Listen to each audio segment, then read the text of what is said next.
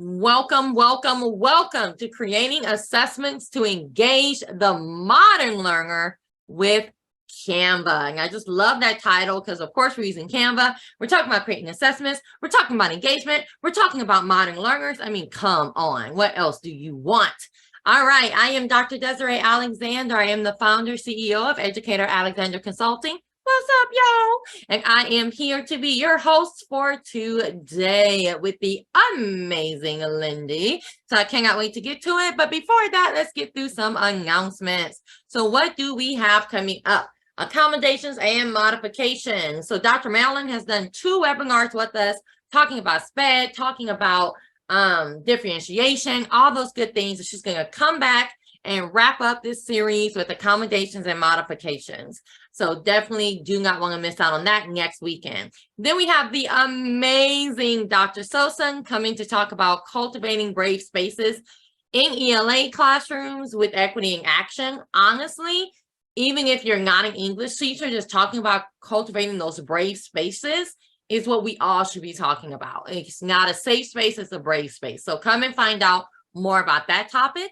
Empowering student voice with tech tools. Debbie is, in the EA family. She comes and teaches us all about student voice and math and all of these good things. So this one is all about empowering student voice, but then she's going to come back and talk about tech and math. Then we have an ELA teacher, 20 best technology tools. Now this is from the BER company, and it is a paid event. So you can find out more about that on the website. And then we have digital storytelling in the classroom. If you don't know Victoria, are you really living your life? I don't know, but you're going to come and learn from the amazing Victoria about digital storytelling in the classroom. And then we have Debbie coming on back with Tech Up Math. And I know math is one of those subjects that's like, we never get love and we can't really use technology. So she's going to be like, nah, smash that. Let me show you how to do it. There you go. And then we have talking about educational leadership with the SLLA test prep. So just talking about what mindset you need to get in, what are the logistics of the test. So if you need to take that test, it's in about half of the United States. So if you have to take that test for educational leadership, come find out about that. And then we have affinity groups, creating a space for self-advocacy for Muslim Arab female students. And I really, really love this session. Even if you don't have any female students, you don't have any Muslim Arab students, you still want to come and learn about affinity groups, why they are so important. So come and learn. And then we have ISTE coming up in the summer. These are the sessions that I'm doing so far at ISTE. So there you go. And then we have NFTS in education. So if you've been hearing about all of this AI, like what is all this AI stuff in education?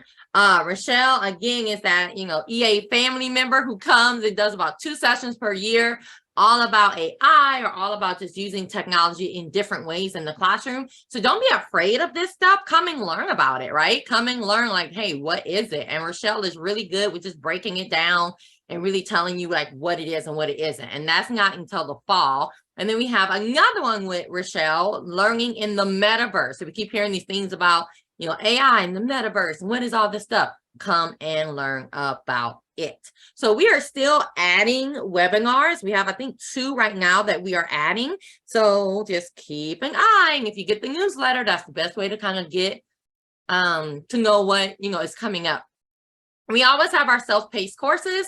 So you can go there and get support time, one-on-one time with me to talk through whatever, test prep, all that good stuff. And last but not least, if you want to learn something in 2023, or you're like, hey, I really want to teach something, even if it's your first time teaching, we love first time presenters. Come and present for EA webinars. Woo! Y'all, that was a lot of stuff that we have going on this year, a lot of good stuff. So make sure you get to that website and you start registering. But I want some music. Like I want a band to come on and start playing so you can just get hyped up, because we are about to learn about creating those assessments, engagement for the modern learner using Canva. All right. Thanks, Desiree. I am super excited and super impressed, I have to say. We've got about 20 people on here on a Saturday morning. We've got one in Macedonia. Did I say that? Macedonia? Is there an E in there? Sorry. if I said that wrong, where I think it's like more Saturday evening, but regardless, it's a Saturday and you're here willing, wanting to learn. So I already know this is going to be awesome just because of the audience that we have. So to introduce myself just a little bit, I am Lindy. I'm joining you from Bozeman, Montana. So I'm in the southwest corner of the state, pretty close to Yellowstone National Park. I can see here I've got one fellow Montanan on, Taryn. Taryn's a teacher prep student. He's going to school to be a teacher, so welcome him. That's awesome that he's here already participating in professional development. My background, I taught middle school, high school, career and tech ed. I see we have a few family consumer science teachers on here, so welcome. I taught FCS and business, so welcome to my fellow career and tech ed. I love that my Montana and my CTE networks are on here. That's awesome.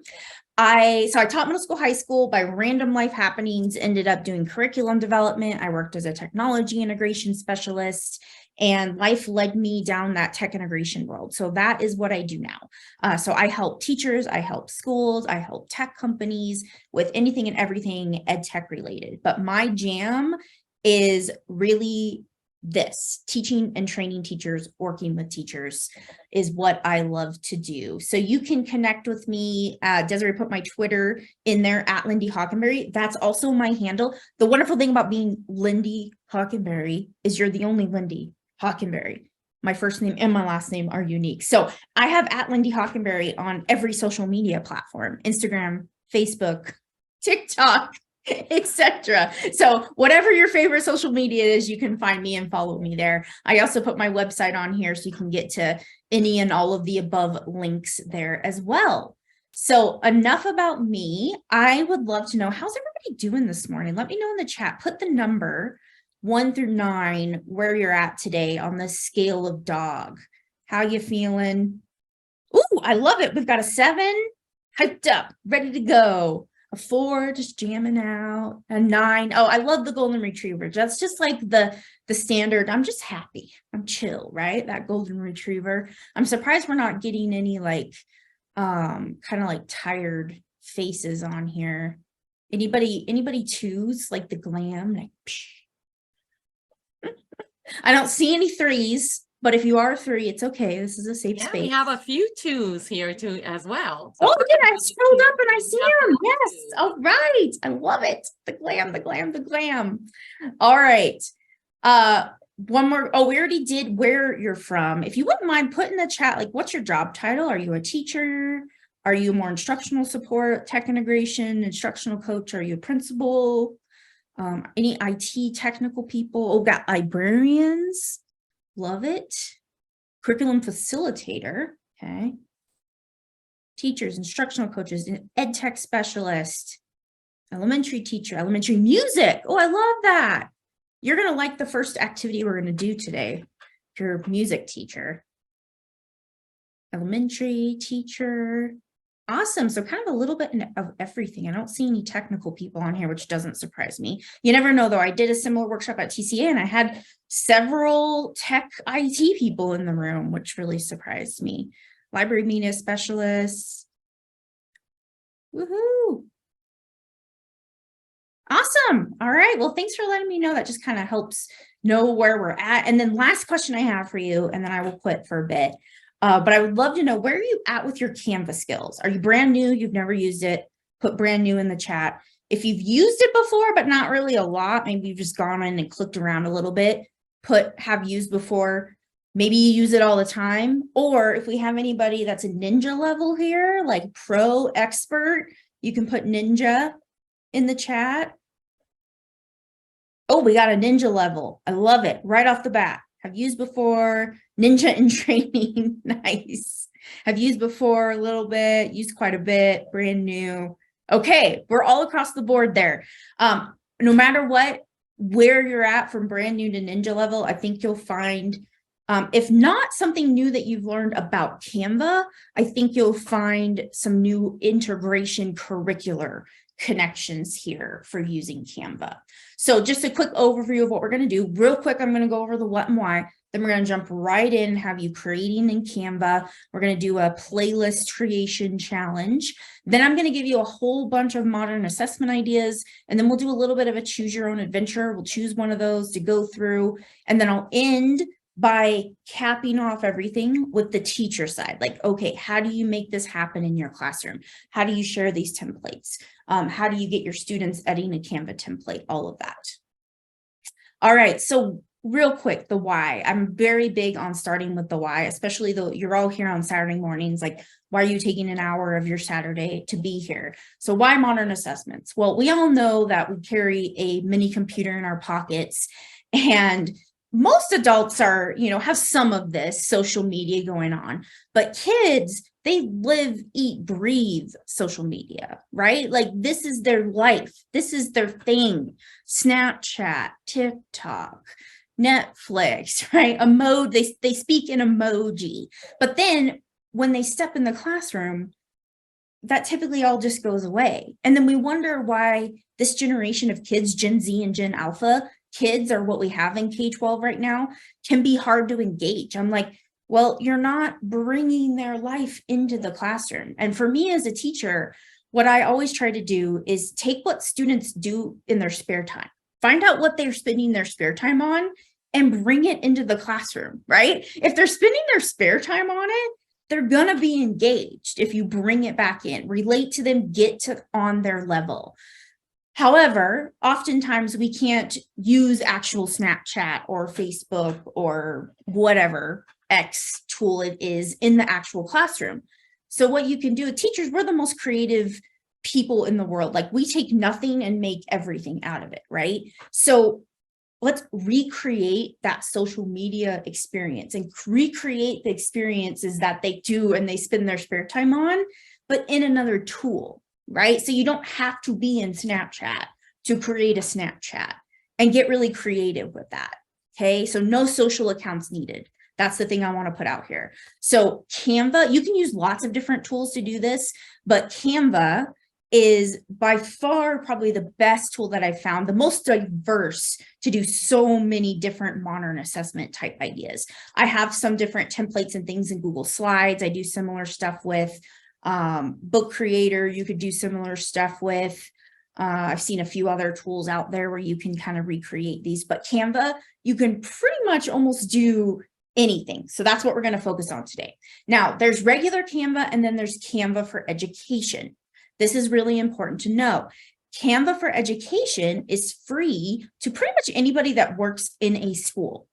Okay, that's the short story of it.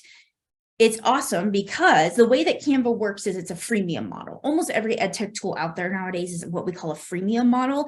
They give you basics for free, and then if you want more features, you have to pay to get the premium version. So you have the freemium and the premium, right? That's how Canva works. You get the freemium. Anybody can sign up for a Canva account. And actually, if you don't have a Canva account right now, go to canva.com and start signing up. Okay. Even if you don't have a Canva for Education account yet, you're going to want to have at least a basic Canva account in the rest of the session here, unless you really just want to sit and listen to me, which is fine as well. But if you actually want to get into Canva, make sure you set up your account. Okay. When you set up a regular account, the freemium, you get the basics for free. So you might find that a particular template you can't use because that's a premium feature. You'd have to pay for the template, or you have to upgrade to get the premium Canva in order to use that template or that element within Canva. But because we are educators, if you work for a school, you get the premium for free. So that's basically what Canva for Education is. It's the Canva premium for free for schools. Plus it has an additional feature called classwork that makes it the workflow for the teacher-student workflow work better. And I'll talk about that at the end of the webinar today. Okay. On this slide, this is slide 13, there's a link to the Canva for Education page. So you can get here and you can look, you'll see that you have to get verified. So if you haven't signed up for Canva for Education yet, you're not going to be able to do it in the next hour. They actually have to verify that you really are a teacher and work for a school, etc. I did put a link here to the eligibility requirements, so you can click on that. and it tells you, you have, like, for example, you have to be a certified teacher working in an accredited school, or a librarian, or teacher support, curriculum specialist, etc. So that will give you an idea of the eligibility requirements. You'll notice that you can get verified individually as a teacher or your full school. If your school hasn't done this yet, I highly recommend go talk to your principal and your tech coordinator and try to get Canva for Education as a full school. That means that all your students will have access. They'll have Canva accounts, and it makes life really easy. But if you can't make that happen, then just do the individual teacher thing. All right. Let's see. Oh, I just said this. So yeah, so if you don't have your Canva for Education account, no big deal. Just go sign up for a regular Canva account. Just know you might feel a little limited because you're not going to be able to use all of the templates and all of the elements in there, right? So, I had a thought there and it lost me. That means I need a cappuccino sip. Saturday morning, I got my cappuccino. Yeah. So basically, yeah, you might feel limited because you're not going to be able to use all of those premium elements. But once you get verified as a teacher and get Canva for Education, you'll then have access to everything. So don't feel defeated today if you're in there and you're like, I don't know, I can't use all these things. Once you get your Canva for Education, you will be able to use those things.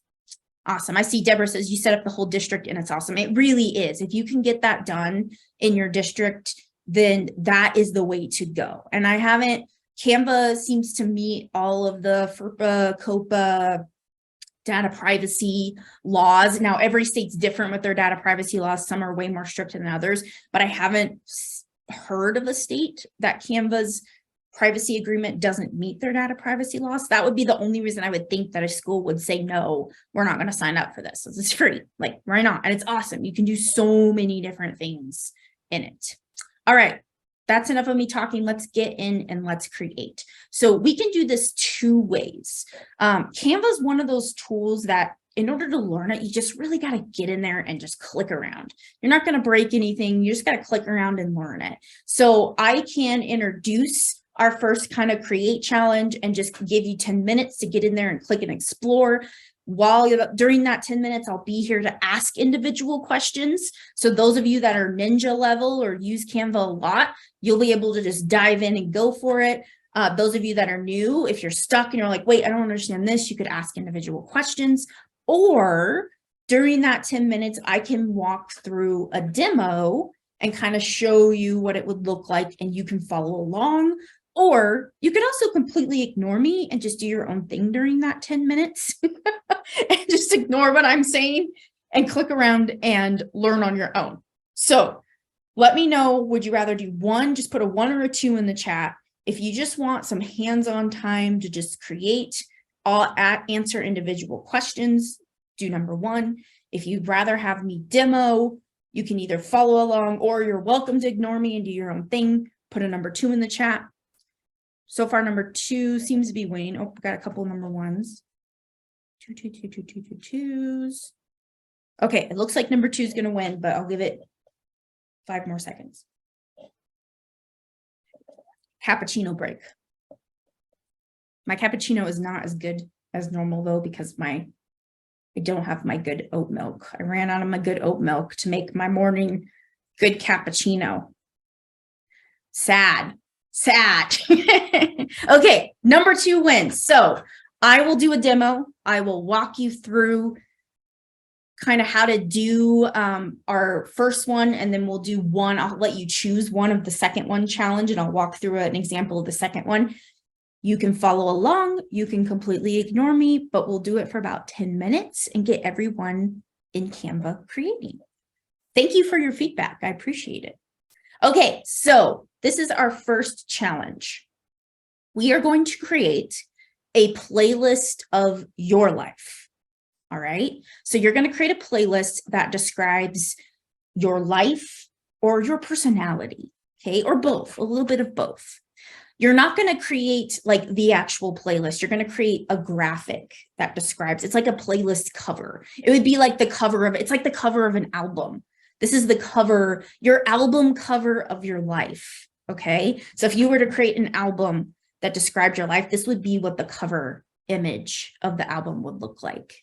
Going back to old like CD and vinyl days, right? We're creating the cover. You don't have to add the actual music if you want to. So my Canva ninjas and those of you that already use Canva a lot, if you want to link to the actual music, you go for it. But I'm not going to go through into that much detail in this demo. Okay, so you do you. I will show you an example here. So this is the playlist of my life. I'm going to give you a template. So I'm actually going to give you this template here to start with.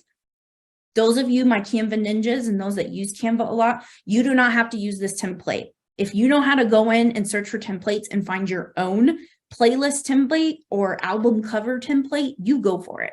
Or if you would rather jump in and create a video instead of a playlist cover image, you go for it. You do you. But for those of you that are brand new to Canva, already used it a little, I'm going to give you this template. You're then going to make it your own. This is my example. So this is how I made it my own.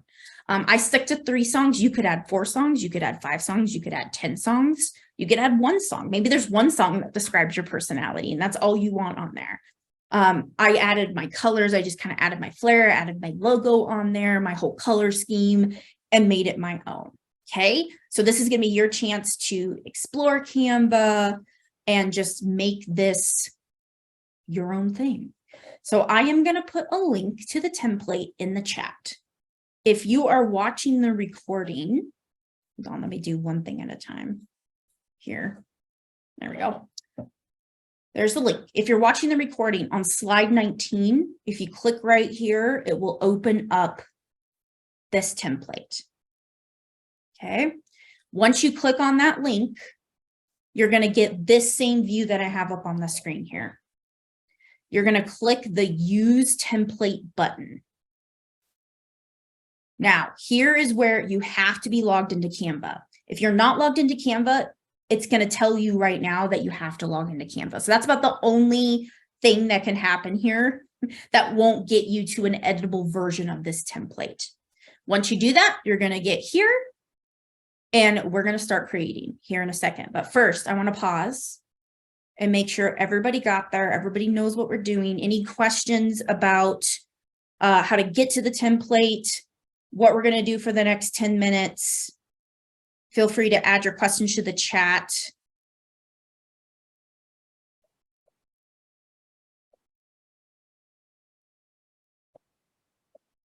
Cappuccino break for me.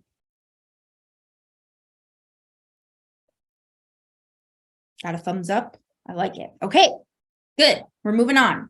So again, I'm going to walk you through how you would potentially make this template your own and create your own playlist. But ignore me. If you want to get a different template, go for it, wherever you're at in your Canva journey. And then when we're done, we'll kind of talk about this from the teacher side of how you can take and use this idea of creating a playlist or an album cover in different content areas.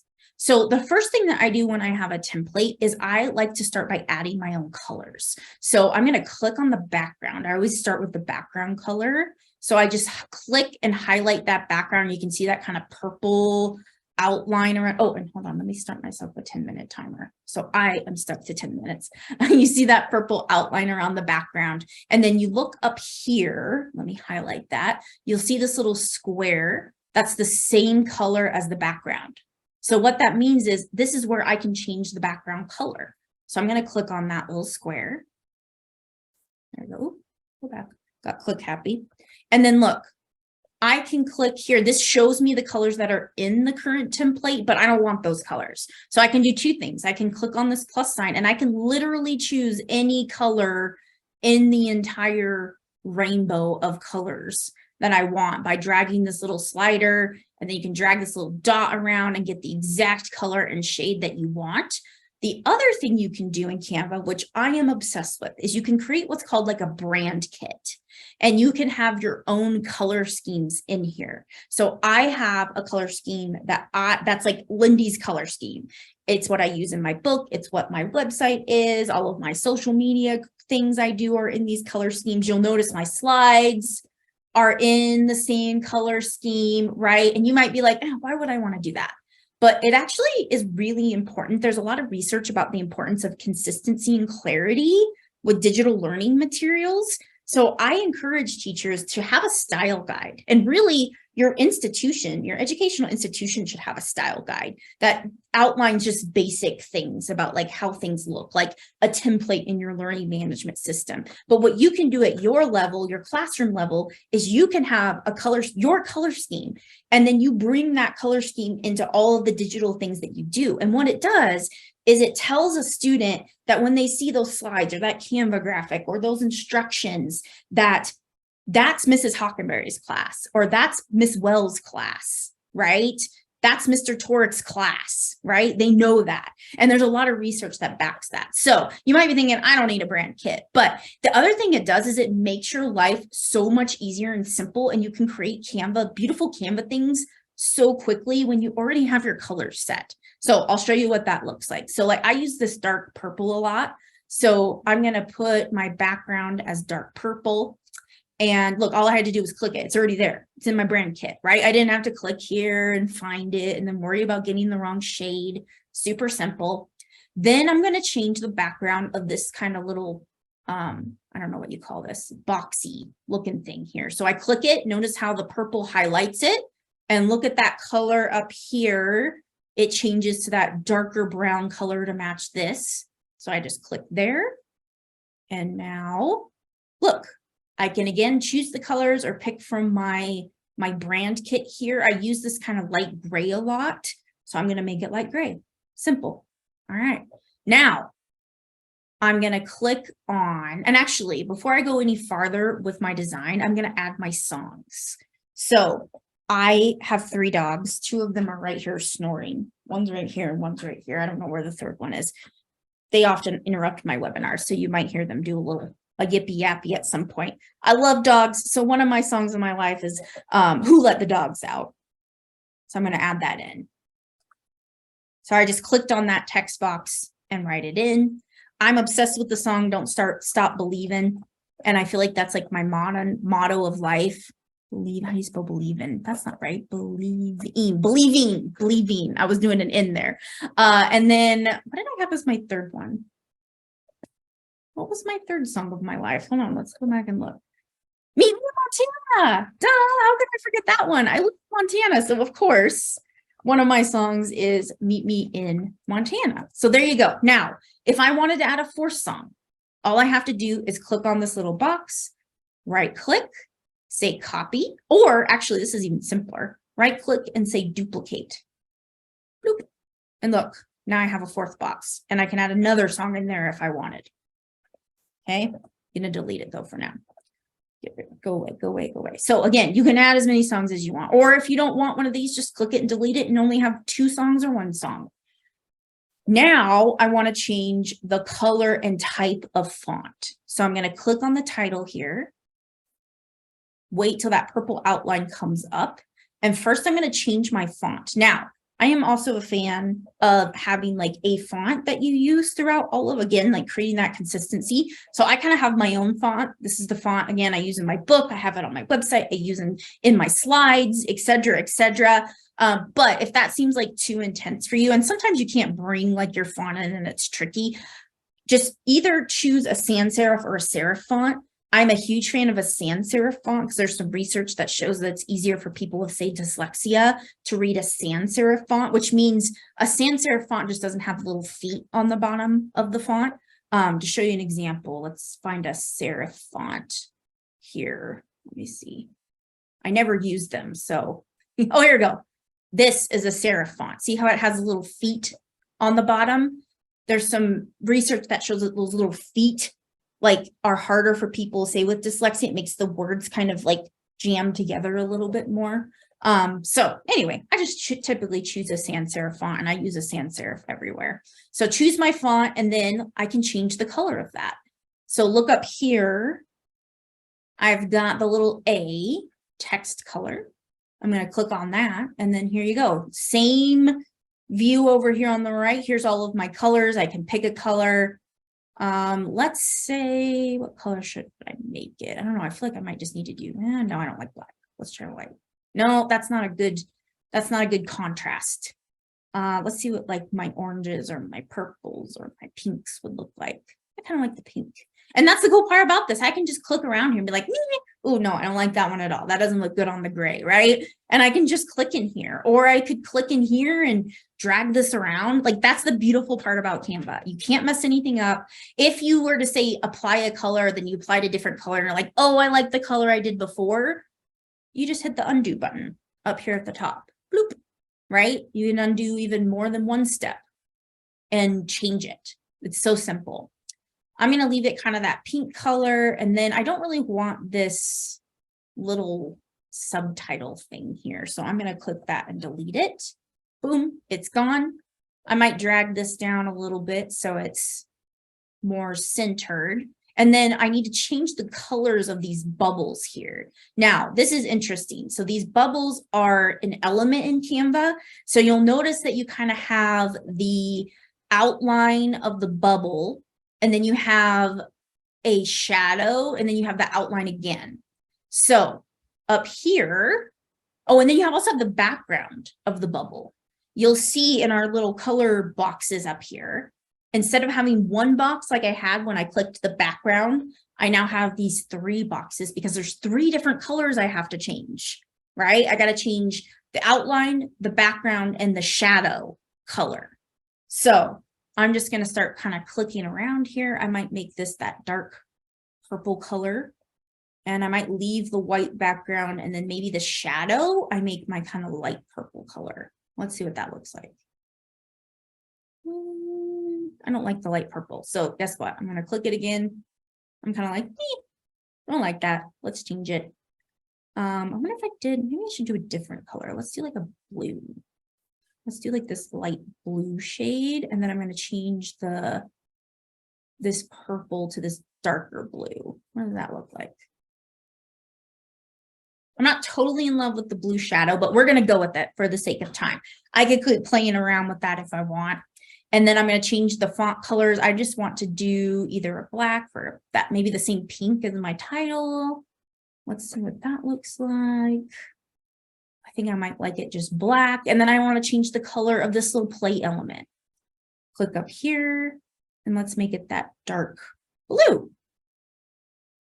There we go. And then I would just either repeat the same things here, or the other thing I could do is I could delete these guys, right?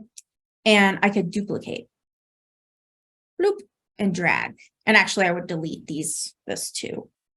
So this goes away. I'd have to retype in my songs, but that's okay.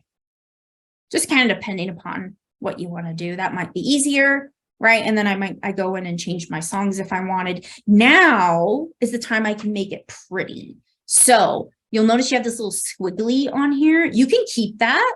So I could go up here and I can change the color of it. So maybe I want to make it kind of that fun.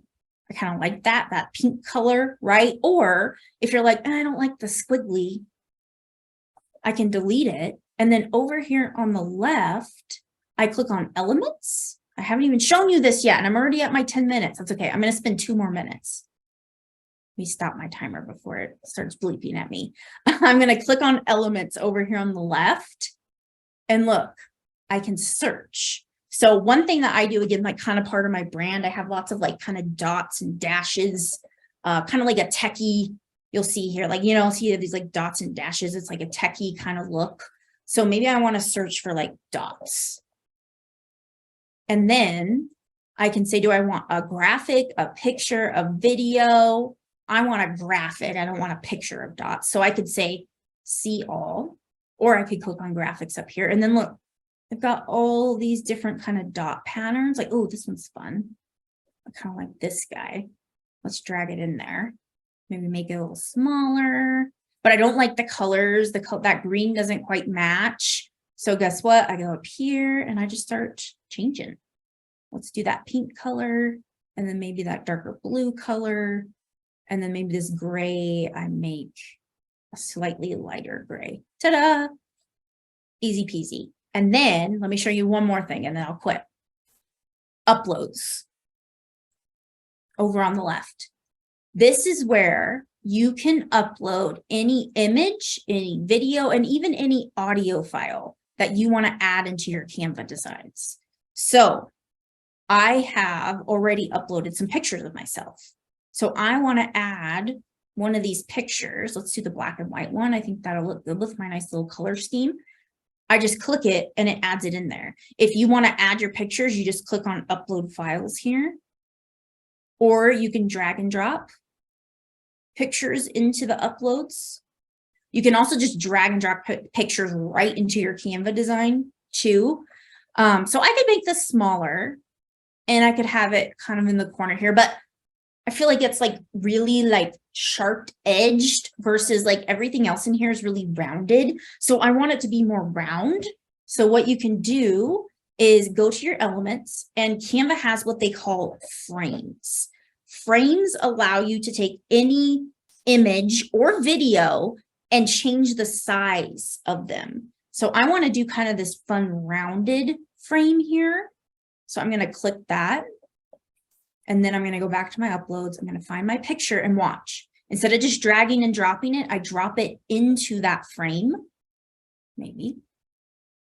Where aren't you going into my frame? Hold on, it might need to be that I need to change the size a little bit. All right, let's try that again. Why won't it drop in my frame? Literally never had that happen before. Of course, it's always that I go to show someone how easy something is, and then it won't let me do it. It does not like that frame for some reason. Okay, we're getting a different frame. That has literally never happened. I don't know why it won't do that. I want more. Let's try a circle frame. So instead of just frame, I'm going to search circle frame. Oh, that just gave me circles. So that's not. Oh, here we go. Let's filter to frames. There we go. Let's try this one. Uploads. There. See how easy that was? That's what it should have done first time. But look how my face is kind of off kilter. So I just double click and watch. Bloop. I just drag it down. That's way too big. Nobody wants to see that big of a face. So I make it smaller and I move it. Actually, I'm gonna make it just a titch bigger. Ta-da! There's my playlist. All right. So hopefully during that little over 10 minutes, more like 12 minutes, you are able to create something, even if you're not quite done. That's the playlist of your life. I would love if we could do some quick sharing out, if you're willing to share your creations. So I made a Padlet wall, and I'll show you, I'll put the link in the chat here in just a second. Padlet's just a really great way to share information.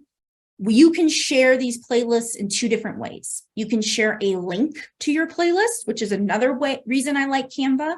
So if I click right here, this is what it would look like if you shared a link to your playlist. I kind of like that it has these little reaction features down here on the bottom, which is fun. And they're only positive reactions. There's a like, I'm wondering reaction, but there's no like, I hate this design reaction. There's no down arrow reaction, which is kind of fun. So you can react to each other's designs. Or if you want to share, oh, look, Taryn's already got his in here. If you want to share just the image, and I'll show you how to do both of these, this is what it would look like. You click on it and it opens the image within the Padlet view. So there's pros and cons to sharing both ways. But for now, let me show you how I did this. So let's start by either getting the link to your playlist or downloading an image. So I go back to Canva. Up in the top right corner, so you're back on your playlist design, I click on share. If you want to do a copy, right here it says link sharing restricted, only you can access. That means that if I were to copy this link right now, I would be the only one that would be able to view my playlist from that link, just like a Google Doc or Word Online if you're a Microsoft user. So I got to click this and say anyone with the link. Okay, now this is important. If you don't want everybody else to be able to edit your playlist, click where it says can edit and choose can view. And then say copy link.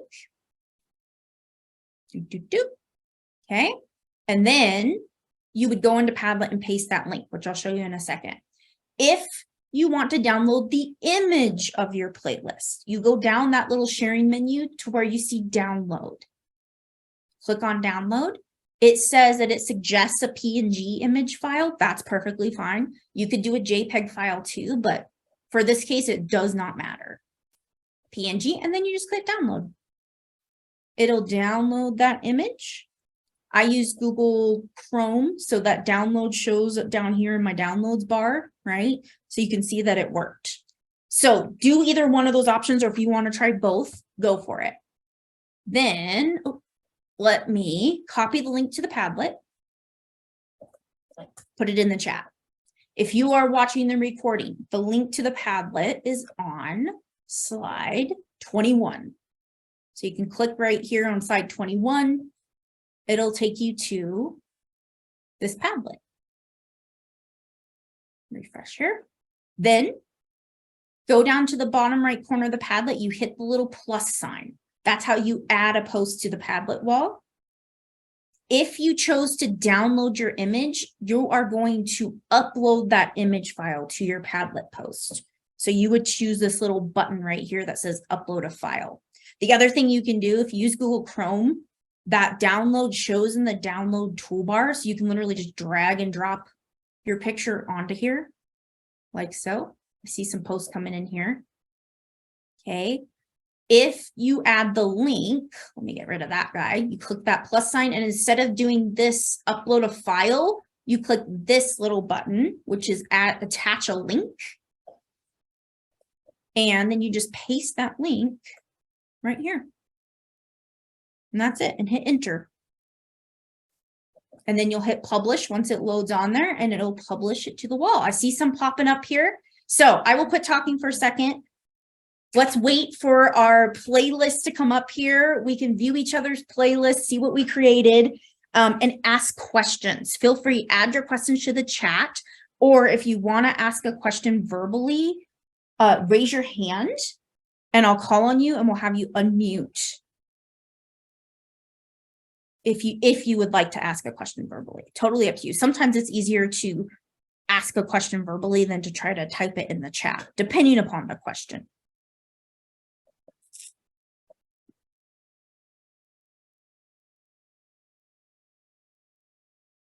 While I'm watching for questions, let's look at some of these. Let's look at Taryn's. Oh, I loved it. So you changed it to kind of like your librarian playlist. Awesome. Oh, I love Taylor Swift's Anti-Hero. Great song. As It Was, Harry Styles. I'm trying to think of what that is. It's not, oh, and Flowers. Love it. Love it, love it, love it. It's a good song. Love the colors. Let's look at this one here. Awesome. Whose is this? DeMar. California Love, Just the Way You Are, and When the Saints Go Marching In. Love it. California Love. That's like my 90s kid generation. Very good. We've got one more in here. Let's take a look. Oh, I love the adding of the Bitmoji. Love it. All right. Oops, accidentally closed my tablet. Come back.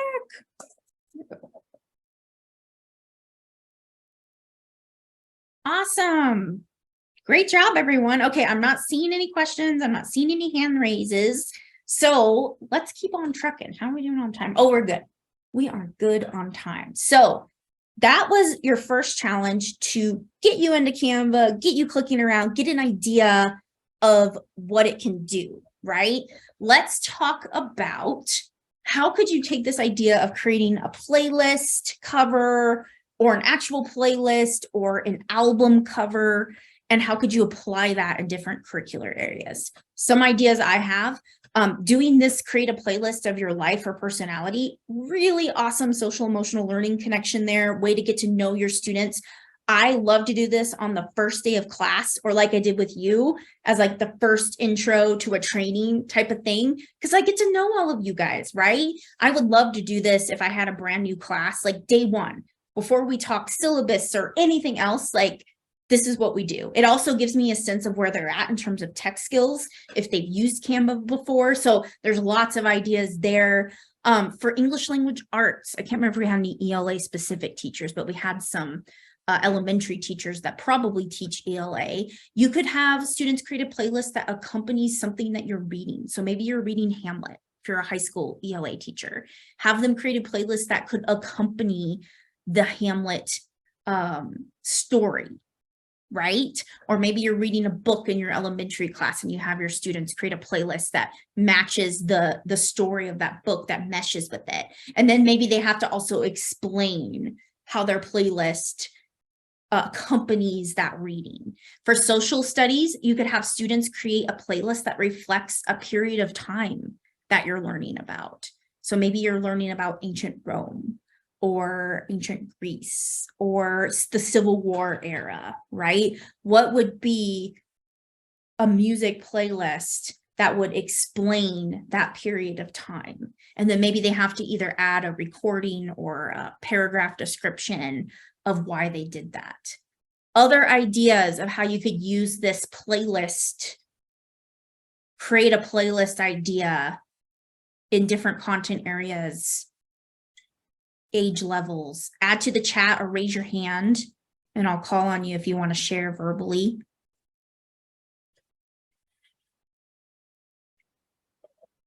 I know you guys have lots of great ideas. Everybody always comes up with so many better ideas than I do. Emily says, I've done that in my middle school SPED social studies classes. Awesome. So did you have them do like the playlist that reflect a period of time, or was it a historical figure? That's another thing you could do with social studies. Like, what would be Shakespeare's playlist, right? That would be a really fun one. Or an artist. What would be Frida Kahlo's playlist? There's an art integration. A composer, that would be interesting. You have to take a composer and create a playlist. So my music teacher in here, create a playlist that accompanies or like explains that composer, but it can't be music that composer created. It has to be from other composers. That would be interesting. Any other ideas for the playlist, doing the playlist integration?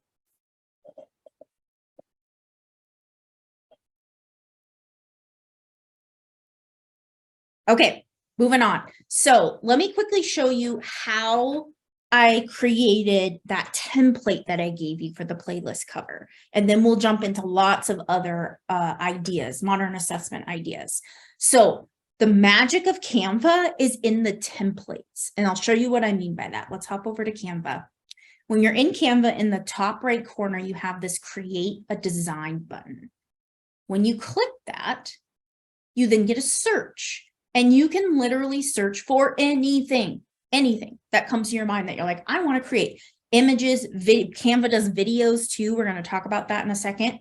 So for me to create that playlist template that I gave you, literally all I did was I searched for playlist. And then look, I get two options. I don't know why, because they're appear to be the same. Playlist cover. I'm going to click that and watch what happens. It takes me to a design. It makes it the size for the playlist cover. It's blank, but no fear. Canva has your back. Look over here on the left. These are all templates. And when you have that Canva for Education, you can use any template that has this little pro crown on it. Okay, so you can look through here and be like, all right, no, this isn't quite what I want. I'm not seeing any of that. This one would be kind of cool. Let's see what this looks like. Did you see that? All I did was click it and it adds that template over here. That's it. That's all you do. I just click the template. It puts it right in there for me. This would be cool if you wanted them to just do one song, or you could do this with this example. This button right here is duplicate page. So I can click that and look, now I have that same template twice. So maybe this is how you have them create their playlist. Maybe they have a different graphic for each song, right? Let's keep looking though. I want to see if I can find, I'm probably not going to find that exact template that I gave you guys. These are all more like album covery looking. Maybe if I search for songs, see if I can find it. Song list. Let's try song list. This is another great thing about Canva. You don't find what you want with your search term, just try something slightly different. Oh, of course, I'm not finding the exact template I gave you guys. So we'll just go with this one. You get the point. You find that template, you click it, it adds it in there, right? That's it.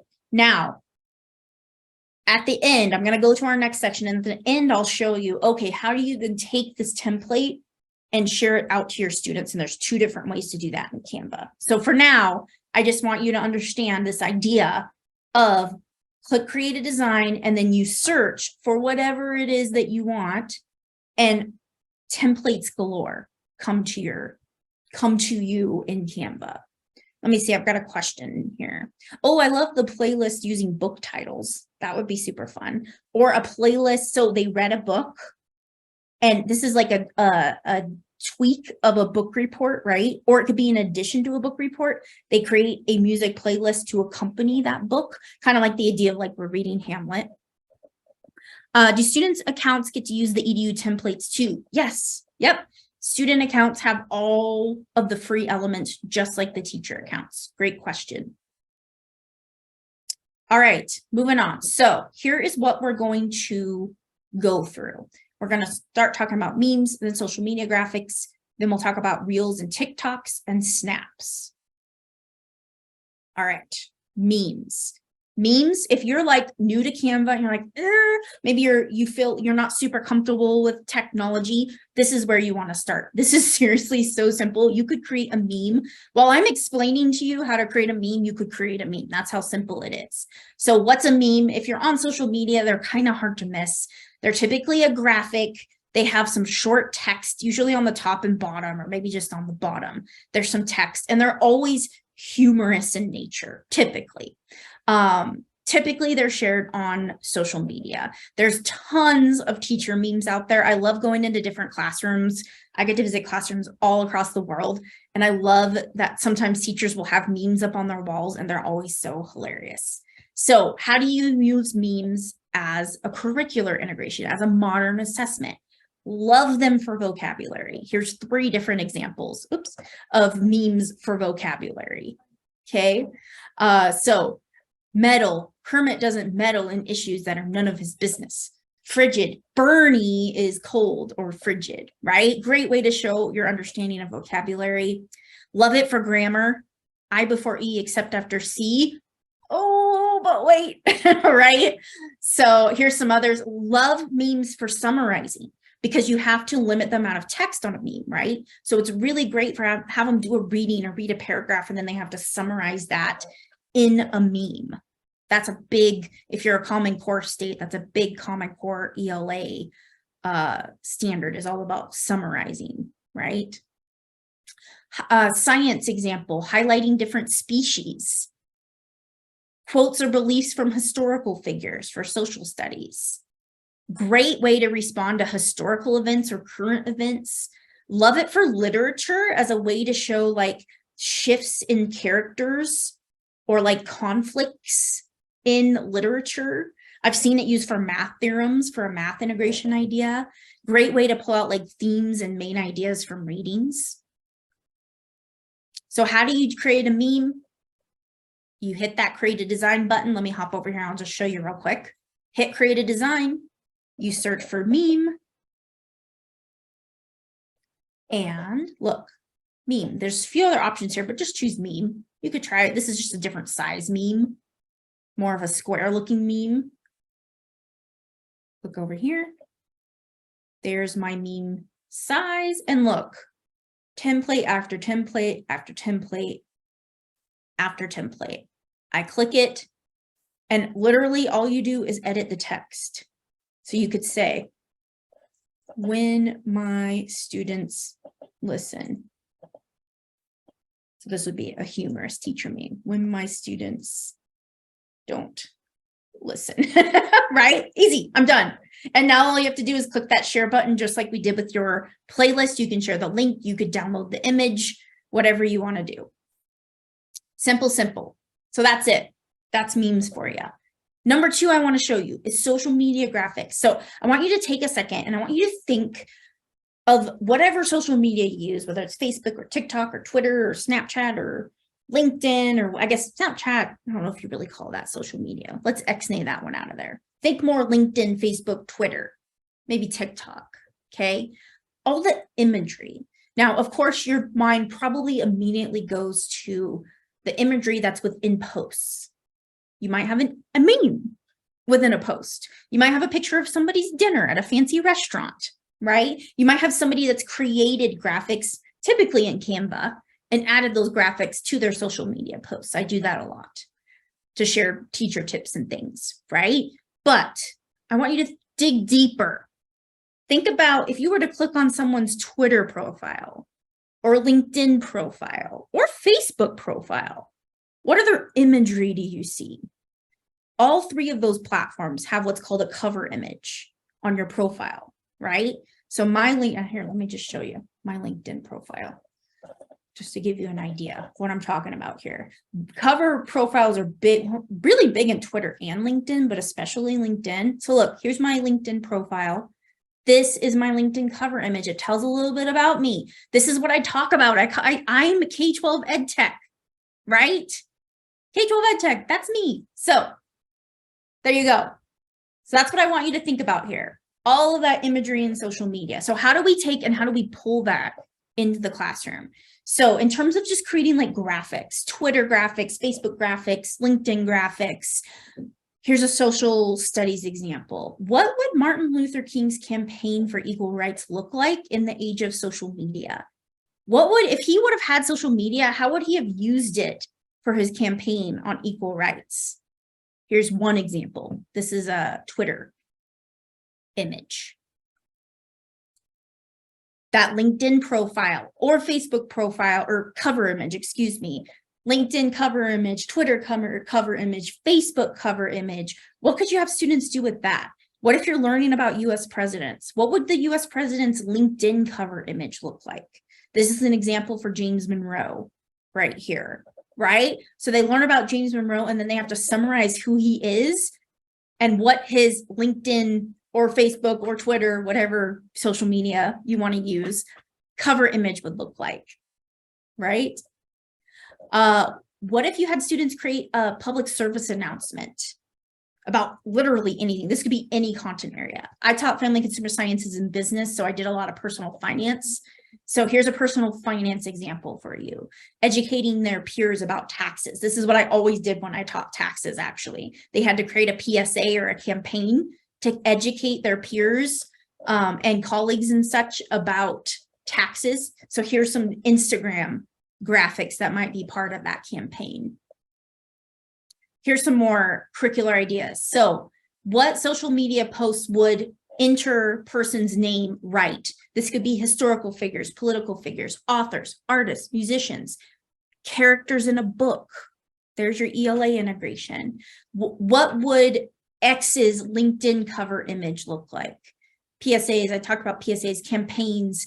This is great for like taking a stance on an issue, right? And then have them create a social media campaign around that. All right, let me show you real quick how to do this. And then I see a few comments in the chat I'll look at. So social media graphics, how do you do this? Super simple. The magic of that create a design button. You click create a design. And let's say you want to do the LinkedIn cover image. Start typing LinkedIn. There it is, right there. I do that one a lot, which is probably why it's showing at the top of mine. LinkedIn cover image. Maybe you want to do a LinkedIn graphic for like a LinkedIn campaign instead. So I would choose LinkedIn post. Maybe you want to do Twitter instead. Type Twitter. Here's a Twitter header. That's like the cover image.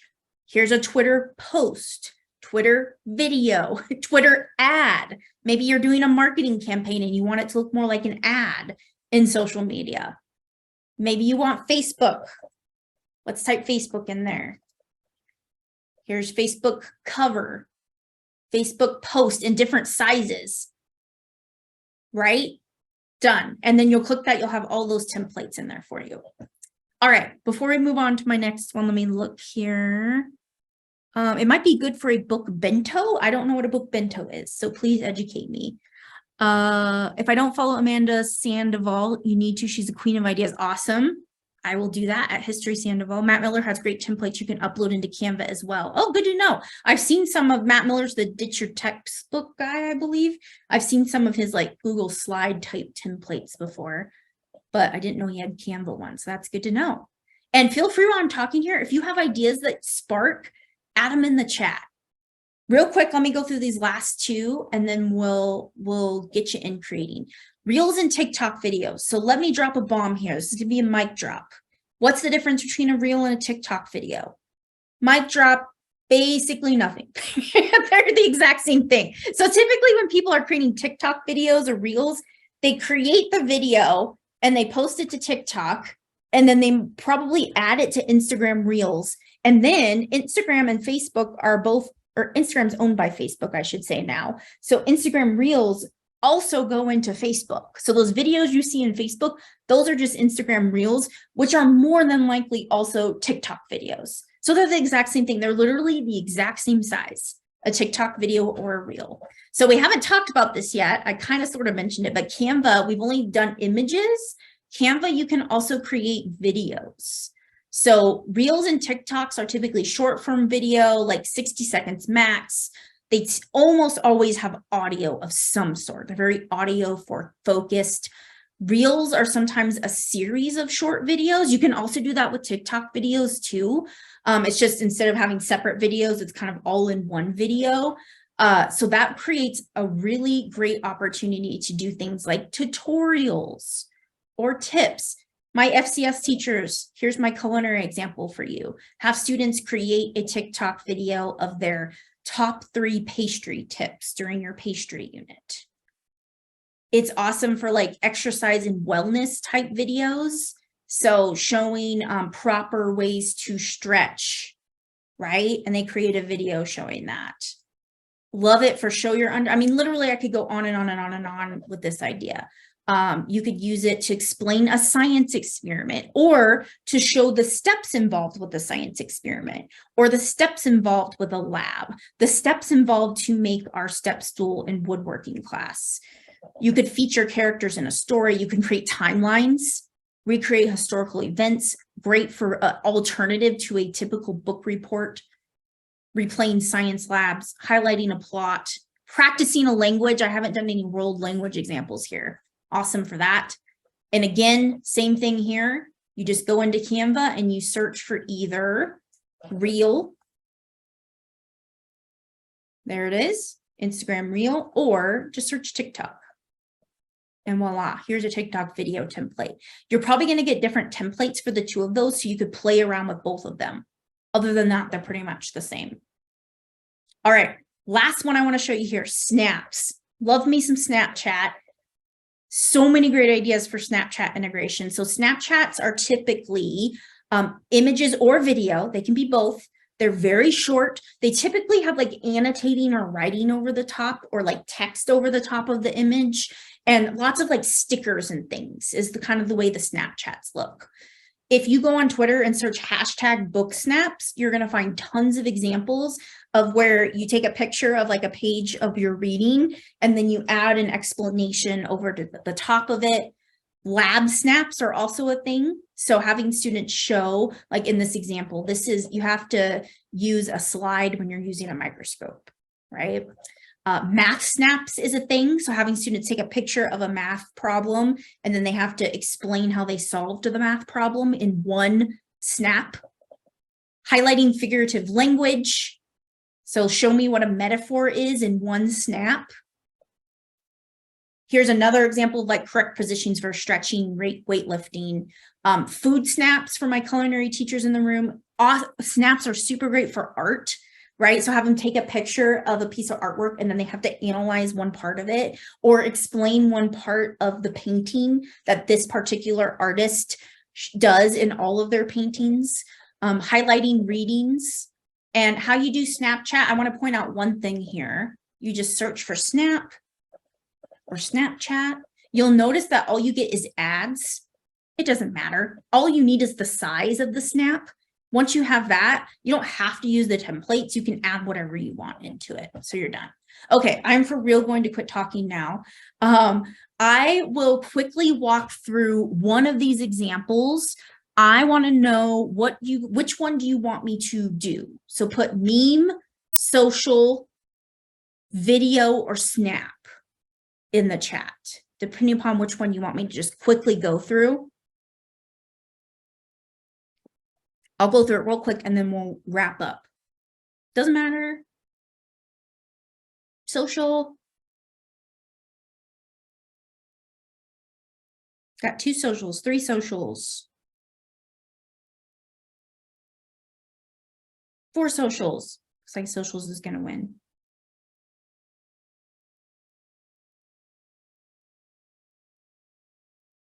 Okay, socials it is. I need an idea from you guys. How would you use social media graphics in your classroom? And we'll see if we can recreate it super quickly. Add into the chat. I gotta have an idea. Probably social students, social studies. Okay, give me a specific idea. Like my Martin Luther King campaign or something like that. President's Day. Oh, I love it. Okay, President's Day is Monday. What could we do for President's Day for social media?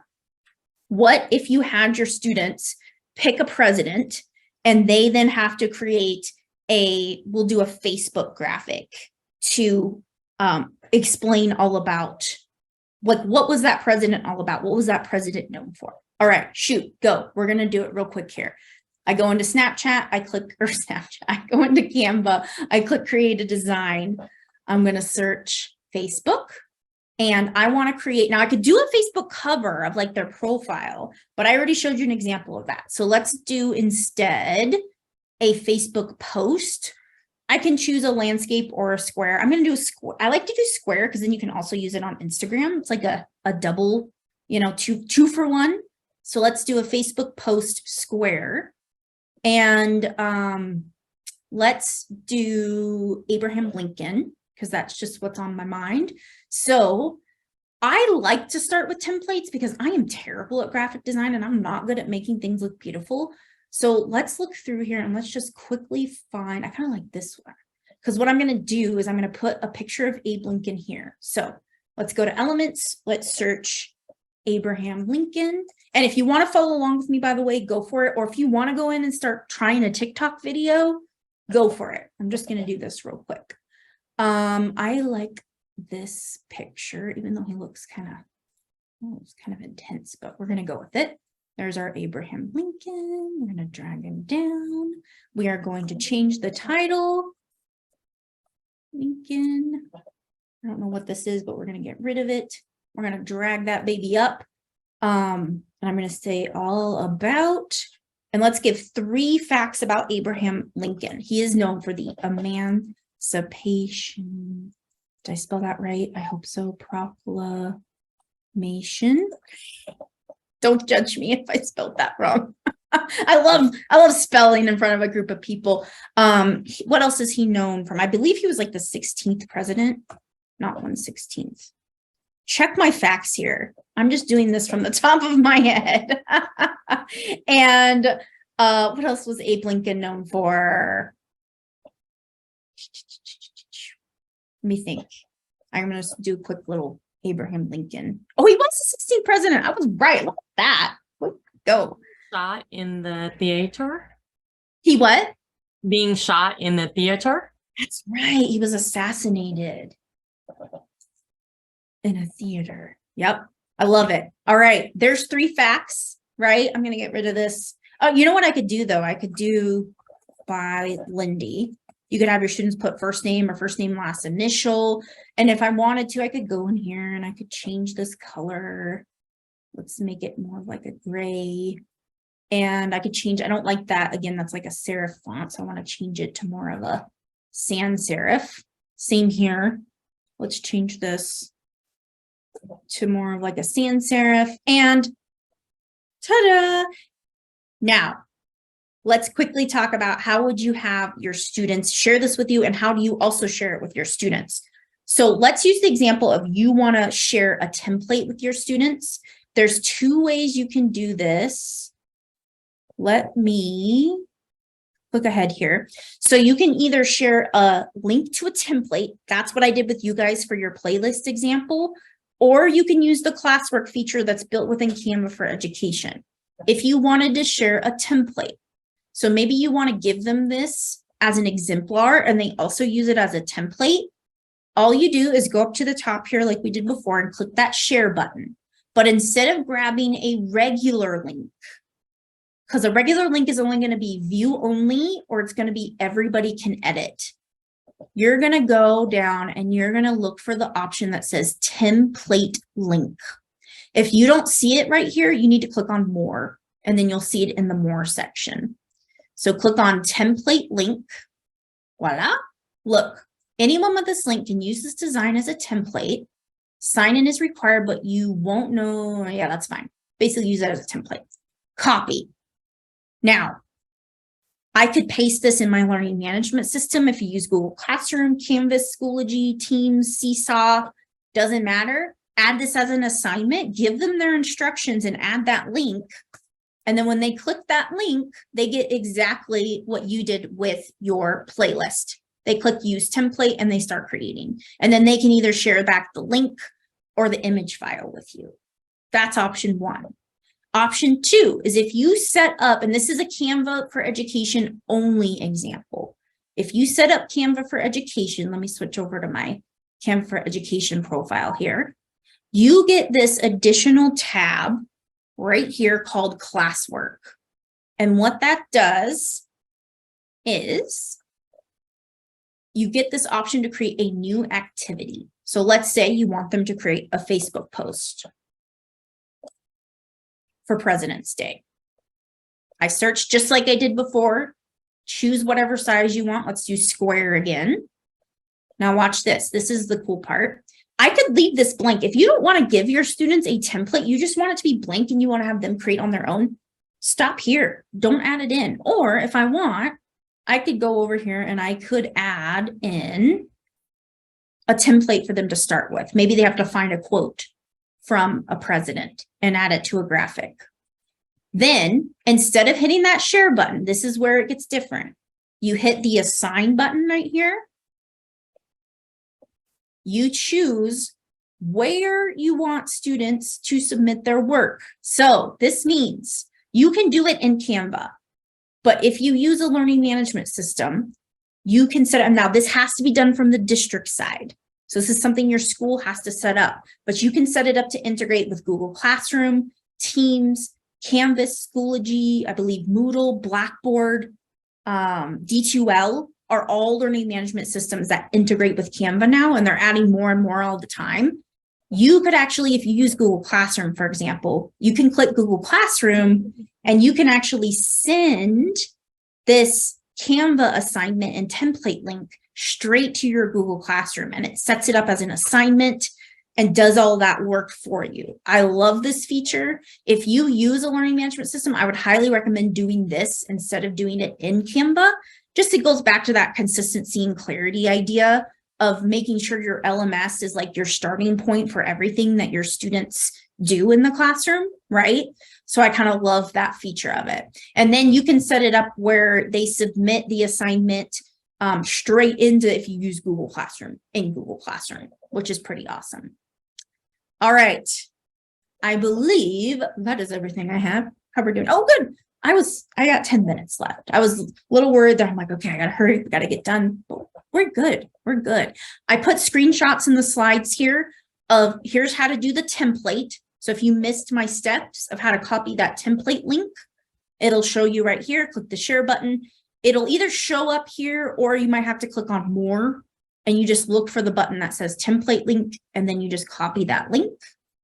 Here's the classwork workflow. So you have to click on that classwork tab. You only get this with Canva for Education. Click new activity. Instead of share, you click assign, and then you would set up where you want to assign it to. Easy peasy. All right, quick little wrap up. Just a bonus, I put a link here on slide 64. I'll pop this link into the chat. I told you that you can do these things in all sorts of different tools. Google Slides is a biggie. I have a blog post that has a meme generator in Google Slides, as well as a Pinterest template in Google Slides, which is super fun. So you can check that out. That's just a little bonus for you. Make sure to connect with me at Lindy Hockenbary. You can find me on all the various things. That's what I got. I will open it for questions. Feel free, add your questions to the chat. You can unmute and ask questions if you want to talk. I saw Desiree added the link to your evaluation in the chat. If you want a certificate of completion, make sure to do that. I also super appreciate the feedback. I am very open to improving my practice and really accept constructive criticism on what I can do better. So please give me some feedback. Anything else, Desiree? I have a question. You mentioned your book. What can you tell us about your book? Yeah, sure. So my book is called A Teacher's Guide to Online Learning. I have it linked from your slides here. It's also on my website. That's slide 65. It's called A Teacher's Guide to Online Learning. It's like everything online learning like you would ever need to know to teach online, but it also talks a lot about digital learning and how to set yourself up right to be able to integrate technology as a learning tool. So if you're feeling like, oh, I don't know where to start, how do I share that Canva template link with my students? The second part of my book is called Foundations, and it's all these foundational elements that are really critical to setting yourself up for success in technology integration. I'll show you so here, I talk about this chapter 12, I can't find, the consistency and clarity.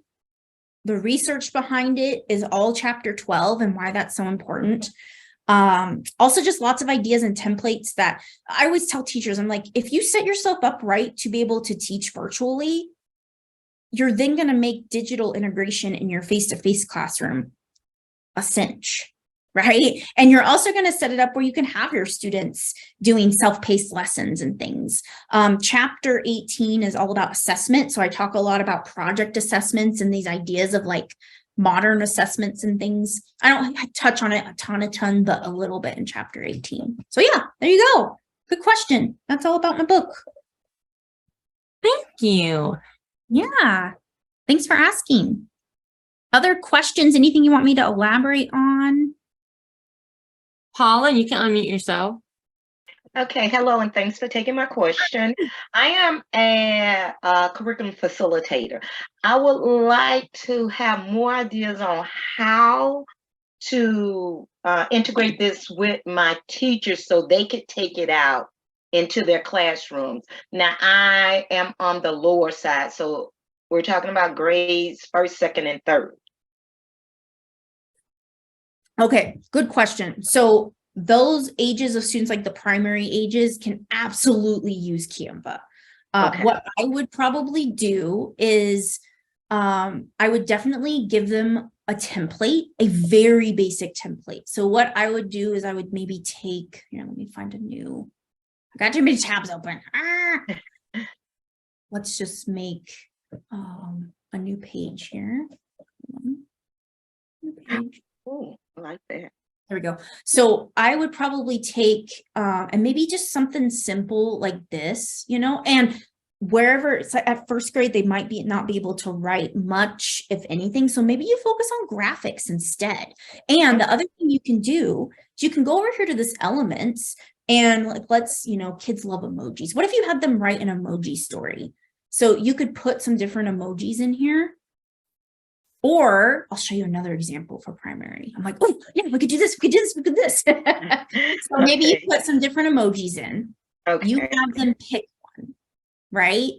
Okay. They could write, like third grade, second grade would probably be fine with hitting the text box. Or you could have a little box in here where it was already where they could just start writing. Or, this is cool, I didn't show you this. When you go to uploads, click on audio, and they can actually upload, or sorry, I meant to say this. They can actually click on record yourself, and you can actually have them talk verbally, and it inserts that recording right into Canva. Great. Okay. So even if they're not at a point where they're able to write or maybe type super well, have them use that record feature in Canva. And that would fit in with our standards because we have the speaking and listening. So that would be a great idea. Yes. Does that help? That helps a lot. Yes. Okay, awesome. And I love the idea with like the little kids of instead of having them like search and choose their images and stuff, have an image bank available for them. And so then you say, okay, choose an emoji, and they just go in here, and if they want that one, they delete, right? Right. And so they're picking and choosing from kind of like a bank of things. Okay. Yeah. Anybody, Sounds if anybody great. else has Okay. ideas for those little guys, feel free to Right. add. Okay, thank you. Yeah, hope that helps. Shirley Yes. says, I'm going to allow my students to do the playlist of the Black History figures from their project. So it's Black History Month, using either songs or book titles. I love that. Instead of a playlist, it could be a book list, right? You could have a book club. You could create a book club and everybody has to give their recommendations of their books. Thanks, Glorianne. Appreciate it. All right, Lindy, thank you so much for this session.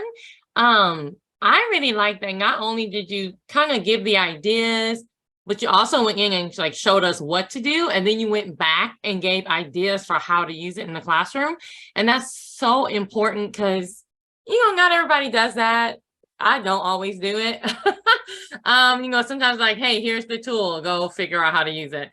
So thank you for just giving us kind of the well-rounded ways that we can use not only Canva, but actually, like you said, connected to what they're interested in their actual lives right now. So thank you so much. Thanks for having me.